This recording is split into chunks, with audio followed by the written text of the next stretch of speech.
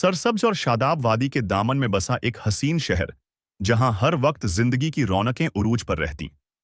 गलियों में बच्चों की किलकारियां, बाजार में सौदागरों की सदाएं और मस्जिदों से तिलावत ए कुरान की गूंज, सब मिलकर एक रूहानी माहौल तश्कील देते। मगर इस सुकून और खुशहाली के पर्दे के पीछे एक ऐसा वाकया होने को था जो शहर के बाशिंदों के दिल दहला देने वाला था। यहाँ का हुक्मरान सुल्तान जैन उल आबिदीन अदल और इंसाफ का पायकर समझा जाता था। अवाम का मानना था कि जब तक सुल्तान तख्त पर है, इंसाफ का बोलबाला रहेगा। वह न सिर्फ बहादुर जंगजू था, बल्कि एक नेक और परहेजगार शख्स भी था। शाम का वक्त था। सूरज अपनी आखिरी किरणें जमीन पर बिखेर रहा था और अजान की सदाएं बुलंद हो रही थीं। सुल्तान जैन उल आबिदीन अपने महल की बुलंदोबाला खिड़की से बाहर के मंजर देख रहा था। उसकी निगाहें शहर की गलियों और दूर तक फैले रेगिस्तान पर मरकूज थीं। अचानक वजीर खास यूसुफ कमरे में दाखिल हुआ और सलाम अर्ज किया। अस्सलामु अलैकुम मेरे आका। सुल्तान ने गर्दन घुमाकर जवाब दिया। वलैकुम अस्सलाम यूसुफ, क्या बात है? तुम कुछ परेशान दिखाई दे रहे हो। वजीर ने सर झुकाकर कहा। हुजूर, महल के खजाने से कीमती जवाहरात चोरी हो गए हैं। पहरेदारों ने पूरी कोशिश की, मगर चोर न पकड़ा जा सका। ऐसा मालूम होता है कि वह कोई माहिर और चालाक शख्स था।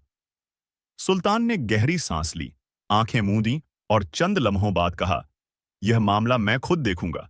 अल्लाह पर भरोसा रखो, इंसाफ जरूर होगा। रात के साए गहरे होने से पहले ही सुल्तान ने एक मंसूबा बनाया। उसने महल के शाही लिबास को तर्क कर साधारण कपड़े पहने, सर पर मामूली सा रुमाल बांधा और बगैर किसी को इत्तला दिए शहर की गलियों में निकल पड़ा। बाहर का मंजर कुछ और ही था। बाजार में चहल पहल जारी थी। मजदूर दिन भर की मेहनत के बाद सुकून तलाश कर रहे थे। बच्चे गलियों में खेल रहे थे और जिंदगी अपने मामूल के मुताबिक रवां दवां थी। सुल्तान सोचने लगा, ये लोग इतने मासूम और बेजर्र हैं, तो फिर वह कौन है जो चोरी जैसे गुनाह पर मजबूर हुआ। चलते चलते सुल्तान की नजर एक कोने में बैठे एक शख्स पर पड़ी, जो रोटी के एक खुश्क टुकड़े को थामे आंसू बहा रहा था।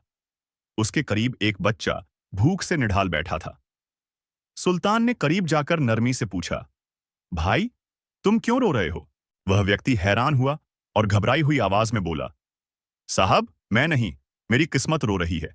मेरा बच्चा भूखा है, मेरी बीवी बीमार है और मेरे पास कुछ भी नहीं। सुल्तान ने गौर से उसकी हालत देखी और दिल ही दिल में सोचा, क्या यह चोर हो सकता है? मगर वह खामोश रहा और आगे बढ़ गया। अभी वह कुछ ही कदम चला था कि उसकी नजर एक संदिग्ध व्यक्ति पर पड़ी, जो एक दुकान के पीछे छिपा हुआ था और बार बार इधर उधर देख रहा था। सुल्तान ने तुरंत उसे पकड़ने का फैसला किया। ठहरो, सुल्तान ने बुलंद आवाज में कहा। जैसे ही वह व्यक्ति सुल्तान की आवाज सुनता है, वह तेजी से भागने लगा। सुल्तान उसके पीछे दौड़ा। दोनों गलियों में भागते रहे, मगर आखिरकार सुल्तान ने उसे काबू कर लिया। कौन हो तुम और क्यों भाग रहे थे? सुल्तान ने सख्त लहजे में पूछा। वह व्यक्ति हांफते हुए सुल्तान के सामने गिर पड़ा और रोते हुए बोला, हुजूर, मेरा नाम करीम है। मैंने चोरी की है, मगर मेरी मजबूरी सुन लीजिए। सुल्तान ने नरमी से कहा, कहो, तुम्हारी मजबूरी क्या है? करीम ने सिसकते हुए कहा, मेरे बच्चे कई दिनों से भूखे हैं, मेरी बीवी बीमार है। मैंने हर दर पर मदद मांगी, मगर कोई मेरा हाथ थामने वाला नहीं था। आखिर मैं मजबूर होकर महल से जवाहरात चुरा लाया, ताकि उन्हें बेचकर अपने बच्चों का पेट भर सकूं। यह सुनकर सुल्तान की आंखें भर आईं। उसने करीम की हालत देखी तो उसे एहसास हुआ कि यह चोर नहीं, बल्कि हालात का सताया हुआ एक बेबस इंसान है। कुछ लम्हों की खामोशी के बाद सुल्तान ने कहा, मैं तुम्हारी मदद करूंगा, लेकिन एक शर्त पर। करीम ने तुरंत कहा, हुजूर, कौन सी शर्त? सुल्तान ने शफकत भरे लहजे में कहा, तुम्हें अपने किए पर तौबा करनी होगी और आगे कभी गलत रास्ते पर नहीं चलना होगा। करीम ने आंसुओं से भीगा हुआ चेहरा उठाया और कांपती हुई आवाज में बोला, मैं वादा करता हूं, हुजूर, मैं कभी दोबारा गलती नहीं करूंगा। सुल्तान जैन उल आबिदीन ने उसका हाथ थामा और अपने वजीर को हुक्म दिया कि करीम और उसके जैसे दूसरे जरूरतमंदों के लिए मदद का इंतजाम किया जाए, ताकि किसी को चोरी करने पर मजबूर न होना पड़े। सुल्तान जैन उल आबिदीन ने चोर को गिरफ्तार कर लिया था, मगर उसके दिल में सवालों का तूफान उठ रहा था। उसने चोर की कहानी सुनी थी, मगर क्या यह हकीकत थी या महज एक चाल? क्या यह मुमकिन था कि कोई शख्स मजबूरी में इस हद तक गिर जाए? चोर, जिसका नाम करीम था, नजरें झुकाए खड़ा था। उसकी आंखों में आंसू तैर रहे थे और हाथ कांप रहे थे। सुल्तान ने गहरी नजरों से उसका जायजा लिया, फिर पुरसुकून लहजे में कहा, मेरे साथ चलो, मुझे तुम्हारी सच्चाई खुद देखनी है। करीम ने एक लम्हे के लिए सर उठाया, फिर खामोशी से सुल्तान के पीछे चल दिया। उसका दिल बेहद तेज धड़क रहा था। वह जानता था कि अगर सुल्तान ने फैसला किया तो उसकी जान उसी लम्हे ले ली जा सकती थी। महल के मुहाफिजों और दरबारियों की हैरान नजरें इन दोनों का पीछा कर रही थीं, मगर सुल्तान के चेहरे पर गैर मामूली संजीदगी थी। कुछ देर बाद वे शहर के सबसे गरीब इलाके में पहुंचे। वहां की तंग गलियां, शिकस्ता दीवारें और सुनसान रास्ते एक दर्दनाक हकीकत का पता दे रहे थे। करीम ने एक पुरानी, खस्ताहाल झोंपड़ी की तरफ इशारा करते हुए कहा, यह मेरा घर है हुजूर। सुल्तान अंदर दाखिल हुआ, और जो मंजर उसके सामने आया, उसने उसके दिल को झकझोर कर रख दिया। कमरे के एक कोने में एक बीमार औरत पड़ी थी, जिसका चेहरा जर्द और जिस्म नाथवां हो चुका था। उसके पास दो बच्चे बैठे थे, जिनकी आंखों में भूख की चमक और चेहरों पर लाचारी की तहरीर लिखी थी। कमरे में खाने का कोई सामान न था, न कोई ऐसी चीज जो सुकून या आराम फराहम कर सके। सुल्तान ने नरमी से पूछा, तुम्हारी तबीयत कैसी है? औरत ने कमजोर आवाज में जवाब दिया, अल्लाह का शुक्र है, मगर मेरे बच्चों की भूख देखी नहीं जाती और मेरे शौहर की बेबसी बर्दाश्त नहीं होती।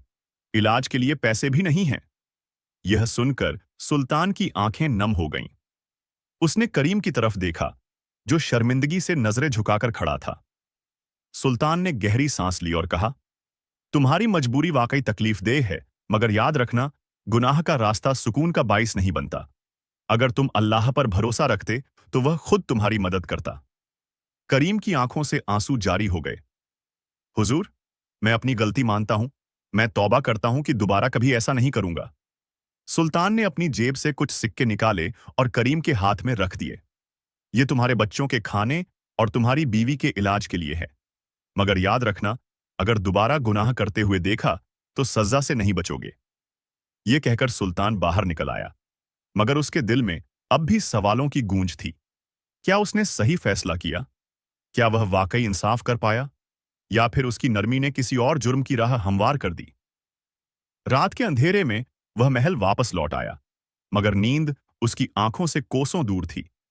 वह अब भी उस छोटे से घर की तस्वीर अपने जहन में देख रहा था, जहां भूख और बीमारी ने एक परिवार को बेबस कर रखा था। सुबह की अजान हुई तो सुल्तान ने वुजू किया और मस्जिद की तरफ चल दिया। उसने हाथ उठाए और दुआ की, ए अल्लाह, मुझे सच और इंसाफ के दरमियान फर्क समझने की ताकत दे। मैं एक इंसान हूं, गलतियां कर सकता हूं, मगर तू हर चीज का बेहतर इल्म रखने वाला है। मेरे फैसले में अगर कोई खता हुई हो तो मुझे राह दिखा। सुबह का सूरज दरबार की दीवारों पर रोशनी बिखेर रहा था।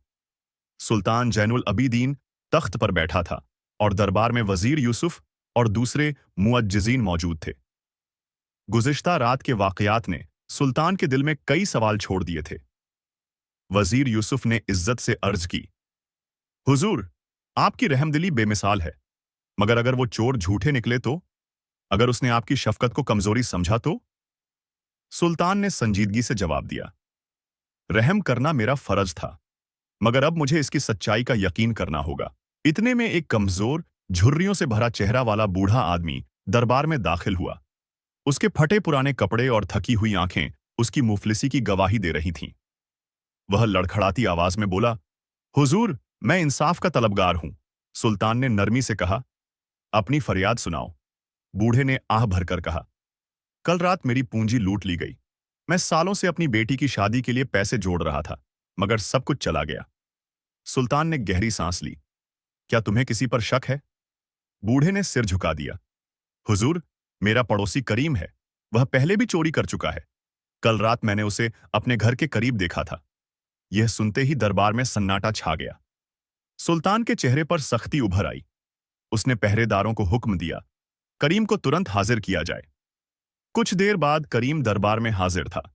उसकी नजरें झुकी हुई थीं और चेहरे पर खौफ के साए थे।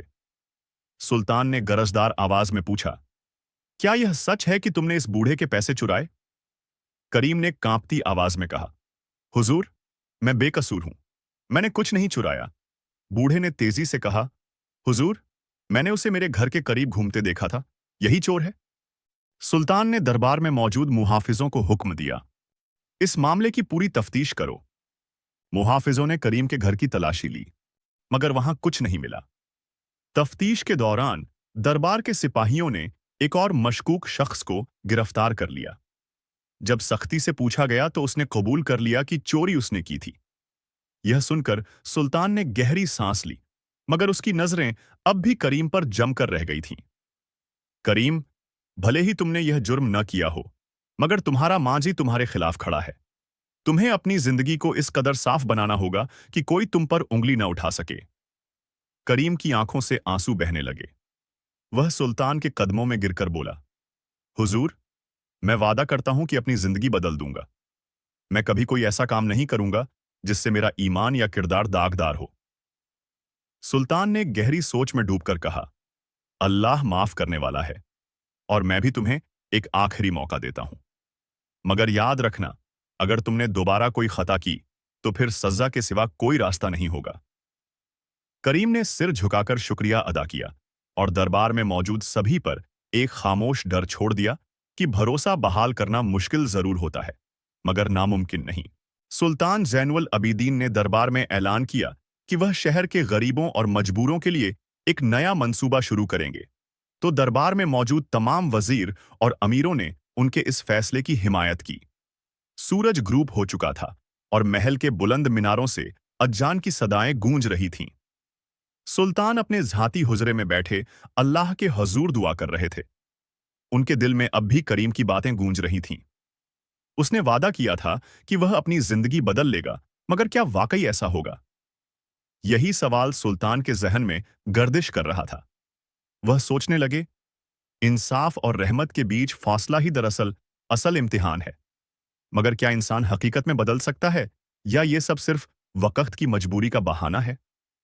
सुल्तान का दिल बेचैन था, लेकिन उन्होंने फैसला किया कि वक्त ही इस सवाल का बेहतरीन जवाब देगा। इधर करीम जब अपने छोटे से घर में पहुंचा तो उसकी हालत बदली हुई थी। उसके कानों में सुल्तान की नसीहतें गूंज रही थीं। उसने अपनी बीवी और मासूम बच्चों को देखा, जिनकी आंखों में उम्मीद की किरण थी। उसकी बीवी ने आहिस्ता से कहा, अल्लाह ने आज हमें एक नेक इंसान के जरिए बचा लिया है। क्या तुम वादा करते हो कि अब अपनी राह बदल लोगे? करीम की आंखों से आंसू छलक पड़े। उसने कांपती आवाज में कहा, हां, मैंने वादा किया है, और अब मेरी जिंदगी का वाहिद मकसद अपने बच्चों और बीवी के लिए मेहनत करना होगा। मैं दोबारा कभी गलत रास्ता नहीं चुनूंगा। अगली ही सुबह करीम ने शहर के बाजार का रुख किया और मजदूरी की तलाश में निकल पड़ा। सख्त धूप में पसीना बहाते हुए उसने काम की तलाश जारी रखी। कुछ दिनों बाद उसे एक दुकान पर सामान उठाने और गोदाम में चीजें तरतीब देने का काम मिल गया। करीम ने मेहनत और ईमानदारी से काम किया और लोगों का उस पर भरोसा आहिस्ता आहिस्ता बहाल होने लगा। इधर सुल्तान ने फैसला किया कि वह करीम पर नजर रखेंगे। उन्होंने अपने मुंतमिद खास रियाज को हुक्म दिया कि वह खामोशी से करीम के मामूलात का मुशाहिदा करें। कुछ हफ्ते गुजर गए। एक दिन रियाज दरबार में हाजिर हुआ और सुल्तान के सामने झुककर बोला, हुजूर, करीम वाकई बदल चुका है। वह दिन रात मेहनत कर रहा है, किसी से मदद नहीं मांगता, और जो कुछ कमाता है अपने बीवी बच्चों पर खर्च करता है। बाजार के दुकानदार भी उसकी ईमानदारी के गवाह हैं। यह सुनकर सुल्तान के लबों पर हल्की सी मुस्कान आ गई। उन्होंने दरबार में मौजूद वजीरों की तरफ देखा और कहा, यही असल इंसाफ है। हम किसी को एक मौका दे सकते हैं, लेकिन उसे इस मौके का सही इस्तेमाल करना होता है। आज करीम ने साबित कर दिया कि अगर नीयत सच्ची हो तो इंसान अपनी तकदीर बदल सकता है। यह कहकर सुल्तान ने ऐलान किया कि जो लोग अपनी गलतियों से सबक सीखकर सीधी राह पर आना चाहते हैं, उनके लिए दरबार के दरवाजे हमेशा खुले रहेंगे। रियाज ने सुल्तान से कहा, हुजूर, करीम ने वाकई अपनी जिंदगी में एक बड़ी तब्दीली लाई है। अब वह बाजार में मेहनत करता है, जो कमाता है उसी से अपने खानदान की जरूरतें पूरी करता है, और लोग अब उसे इज्जत की नजरों से देखते हैं। सुल्तान ने यह सुना तो दिल में सुकून का एहसास हुआ। वह अल्लाह का शुक्रगुजार हुआ कि उसने उसे सही रास्ता दिखाया था। इंसानियत और रहमत का मीठा फल हमेशा देर से मिलता है, उसने सोचा। एक रात करीम जब घर वापस आ रहा था तो उसने एक सुनसान गली में दो आदमियों को देखा जो एक बूढ़े शख्स को धमकियां देकर उसका सामान छीन रहे थे। करीम ने फौरन महसूस किया कि वह बूढ़ा शख्स बेहद कमजोर हालत में था। उसके दिल में एक हलचल सी मच गई और उसने फैसला किया कि वह खामोश नहीं रह सकता। अगर मैं खामोश रहा तो वह वादा जो मैंने सुल्तान और अल्लाह से किया था उससे मुकर जाऊंगा, करीम ने सोचा। उसने खुद को हौसला दिया और इन लुटेरों के सामने आ खड़ा हुआ। तुम्हें शर्म नहीं आती? एक बूढ़े शख्स को लूटते हो? अल्लाह से डरो। करीम की आवाज में गौस्सा और खौफ की मिलीजुली शिद्दत थी। लुटेरे शुरू में उसे डराकर भगाना चाहते थे, लेकिन जब करीम ने डांटकर मुकाबला किया तो उन्होंने उसे मारने की कोशिश की। करीम ने अपनी तमाम ताकत और आज़म को इस्तेमाल किया। वह अकेला था, लेकिन उसकी नीयत साफ थी और दिल में एक जज्बा था। कुछ ही लम्हों में लुटेरे भाग गए। बूढ़ा शख्स बेइख्तियार रोते हुए करीम के कदमों में गिर गया और कहा, बेटा, अल्लाह तुम्हें इसका इनाम देगा, लेकिन तुम शदीद जख्मी हो गए हो। चलो, तुम्हें अस्पताल ले चलते हैं। करीम ने मुस्कुराहट के साथ कहा, चाचा, यह मेरी जिम्मेदारी थी। मुझे खुशी है कि मैंने अपने वादे के मुताबिक सही फैसला किया। करीम की हालत अब बहुत ज्यादा खराब थी, लेकिन जब वह अपने घर पहुंचा तो उसकी बीवी और बच्चे उसे देखकर रोने लगे। करीम ने अपनी बीवी से कहा, मैंने गुनाह की जिंदगी छोड़कर नेक रास्ता अपनाया है, और अगर आज मुझे कुछ हो जाए तो मेरे बच्चों को यह सिखाना कि हमेशा अल्लाह पर भरोसा रखना। चंद लम्हों बाद करीम की रूह अल्लाह के हुजूर पहुंच गई। उसकी बीवी और बच्चे गम से निडाल थे, लेकिन उनके दिलों में फख्र था कि उन्हें करीम जैसे एक नेक इंसान का साथ मिला था। सुल्तान को जब यह खबर मिली तो वह फौरन करीम के घर गया और उसके खानदान की पूरी जिम्मेदारी उठाने का ऐलान किया। उसने कहा, करीम ने हमें यह सिखाया कि इंसान चाहे कितना भी गिरा हो, अगर वह अल्लाह की हिदायत से सही रास्ते पर आ जाए तो अल्लाह की रहमत उसका साथ देती है। सुल्तान ने दरबार में एक ऐलान किया, इंसाफ का मतलब सिर्फ सजा देना नहीं होता, बल्कि इंसाफ का असल मकसद इंसान को नया मौका देना है। अगर हम किसी की गलतियों को सुधारने में उसकी मदद करें तो यह इंसाफ से भी बड़ा काम है। करीम की कहानी पूरे शहर में मशहूर हो गई। लोग उसकी ईमानदारी और कुर्बानी को याद करने लगे। सुल्तान ने उसकी याद में एक करीम मस्जिद तामीर करवाई और इसके नाम पर गरीबों के लिए मदद मुहैया की।